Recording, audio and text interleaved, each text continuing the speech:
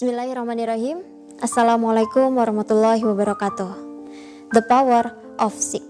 Imamul Muslimin Kiai Haji Yahya Mansur. Allah Jalla Jalaluhu berfirman, tiap-tiap yang berjiwa akan merasakan mati. Kami akan menguji kamu dengan keburukan dan kebaikan sebagai cobaan yang sebenar-benarnya. Dan hanya kepada kamilah kamu dikembalikan. Quran Surat Al-Anbiya ayat 35.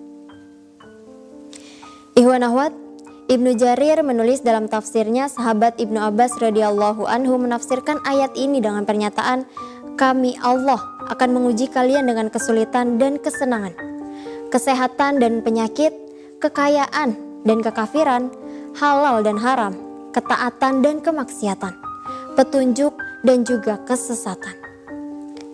Berbagai macam penyakit yang menimpa manusia hakikatnya merupakan bagian dari cobaan yang diberikan Allah Jalla Jalaluhu kepada hambanya. Setiap orang yang pernah merasakan sakit, banyak hal yang menjadi penyebabnya. Mulai dari lemahnya sistem kekebalan tubuh terhadap penyakit dan virus, hingga disebabkan karena kecelakaan dan juga bencana. Kondisi sakit memang membuat seseorang merasa tidak nyaman. Tidak sedikit yang mengeluh atas rasa sakit yang dideritanya. Rasa sakit terkadang membuat sebagian orang menyerah dan berputus asa dengan penyakit yang dideritanya. Mereka meminta belas kasihan dari orang lain seakan penyakitnya sudah paling berat ia derita. Berobat adalah salah satu usaha kita untuk dapat sembuh dari penyakit. Sebagai salah satu ikhtiar sebagaimana syariat memerintahkannya. Akan tetapi, kesembuhan tidak hanya bergantung pada obat-obatan saja. Namun juga semangat dan kemauan dari diri kita sendiri untuk sembuh. Karena itu, dukungan moral dan semangat agar cepat sembuh kepada orang yang sedang sakit adalah hal yang paling penting dilakukan. Dalam pandangan Islam, manusia tidak perlu menyesali ketika dirinya dalam keadaan sakit. Tetapi itu bisa menjadi bahan untuk tadabur. Sakit yang menimpa seseorang menjadi bukti betapa lemahnya makhluk yang bernama manusia, yang ternyata tidak kuasa mengatur dan menyelamatkan dirinya sendiri. Ia perlu pertolongan dari Yang Maha memberi kehidupan dan kesembuhan. Sakit juga menjadi syarat dekatnya manusia dengan kematian, sehingga persiapan menuju kehidupan yang abadi setelah kematian menjadi prioritas utama dalam hidupnya. Selain itu, ikhwan akhwat, sakitnya seseorang juga menjadi sarana baginya untuk beristirahat sejenak dari aktivitas duniawi yang menyibukkan. Dengan istirahat, ia memiliki lebih banyak waktu untuk merenung, bermuhasabah diri, dan mengambil hikmah dari perjalanan hidup yang selama ini ia jalani. Selanjutnya, ia akan lebih mendekatkan diri kepada Allah Jalla Jalaluhu, Zat yang Maha Kuasa atas alam raya beserta seluruh isinya. Bagi sebagian orang, sakit bisa dinikmati sebagai sebuah anugerah. Sakit bisa menjadi sumber kebaikan bagi seseorang apabila ia bersabar. Hal tersebut diungkapkan Rasulullah SAW. Sungguh, bagi orang mukmin semua atas urusannya merupakan kebaikan. Jika ia mendapat kegembiraan, maka ia bersyukur, dan itu merupakan kebaikan baginya. Dan jika mendapat kesusahan, maka ia bersabar, dan ini merupakan kebaikan baginya. Hadis riwayat Muslim. Sakit juga bisa menjadi sarana penghapus dosa-dosa, seperti sabda Rasulullah SAW dalam hadis riwayat Muslim lainnya. Tidaklah menimpa seorang mukmin rasa sakit yang terus-menerus, kepayahan, dan juga kesedihan, bahkan sampai kesusahan yang menimpanya, melainkan akan dihapuskan dosa-dosa darinya. Di antara doa yang mustajab adalah yang dipanjatkan ketika dalam kondisi lemah, terdesak, dan sangat membutuhkan pertolongan Allah Jalla Jalaluhu.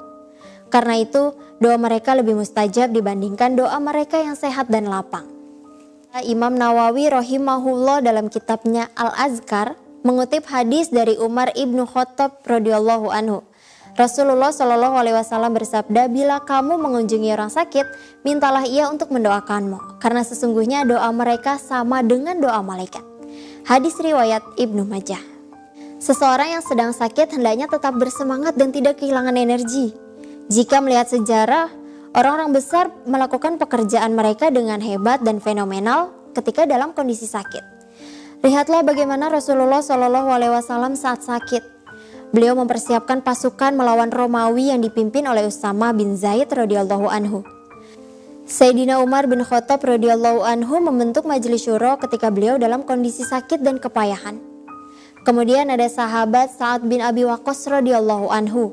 Beliau menjadi panglima perang Qadisiyah pada tahun 636 Masehi saat ia sedang menderita sakit pinggul dan bisul di sekujur tubuhnya. Sementara di Indonesia, Jenderal Sudirman memimpin perang gerilya melawan penjajah Belanda juga saat beliau sedang sakit. Sampai-sampai harus ditandu oleh para prajuritnya. Demikian pula Imam Muhyiddin Hamidi Allahyarham. Selama puluhan tahun memimpin umat dengan ide-ide besarnya, beliau dalam kondisi sakit. Ide-ide besar Imam Hamidi antara lain mengumandangkan pembebasan Al-Aqsa Hakuna, mendirikan kantor berita Mina, Sufa Al-Quran Abdullah bin Mas'ud, membangun Masjid An-Nubuwah di Lampung sebagai pusat ibadah, kemudian pendidikan dan pelayanan umat, dan ide-ide lainnya tercetus ketika beliau dalam keadaan sakit. Kemudian ada seorang ilmuwan Inggris, Stephen Hawking, yang wafat pada tahun 2017, menulis 15 buku fenomenal ketika ia dalam kondisi lumpuh akibat penyakit amitropik lateral sklerosis. Teori yang ia temukan, black hole, menjadi referensi para ilmuwan dunia dalam penelitian tentang ilmu kosmologi. Ikhwan akhwat, masa pandemi bukanlah satu hambatan untuk umat Islam dalam berkarya. Bagi para pejuang dakwah, aktivis, relawan, dan orang-orang yang terjun melayani umat, hal itu menjadi tantangan tersendiri untuk dapat memberikan yang terbaik dan masa depan yang lebih baik. Pandemi tidak boleh menjadikan alasan untuk tidak produktif dan berhenti berkarya. Salah satu syarat yaitu harus mau dan bisa beradaptasi dengan melakukan inovasi dan transformasi digital. Jangan pernah tunduk oleh pandemi COVID-19 ini. Jangan pernah menyerah oleh kesulitan dan tantangan. Terus hadapi dengan penuh tawakal dan kesempurnaan ikhtiar. Allah akan memberi yang terbaik sesuai dengan usaha yang kita lakukan. Ingatlah kata pepatah, manjada wajada. Barang siapa yang bersungguh-sungguh maka akan mendapatkan. Akhirnya mari kita doakan saudara-saudara kita yang sedang sakit agar Allah berikan kesembuhan untuk mereka dengan kesembuhan yang sempurna. Semoga Allah angkat wabah COVID-19 ini dari bumi Indonesia dan seluruh negeri, sehingga umat manusia bisa kembali beraktivitas dan beribadah seperti sedia kala. Amin ya rabbal alamin. Demikian, Assalamualaikum warahmatullahi wabarakatuh.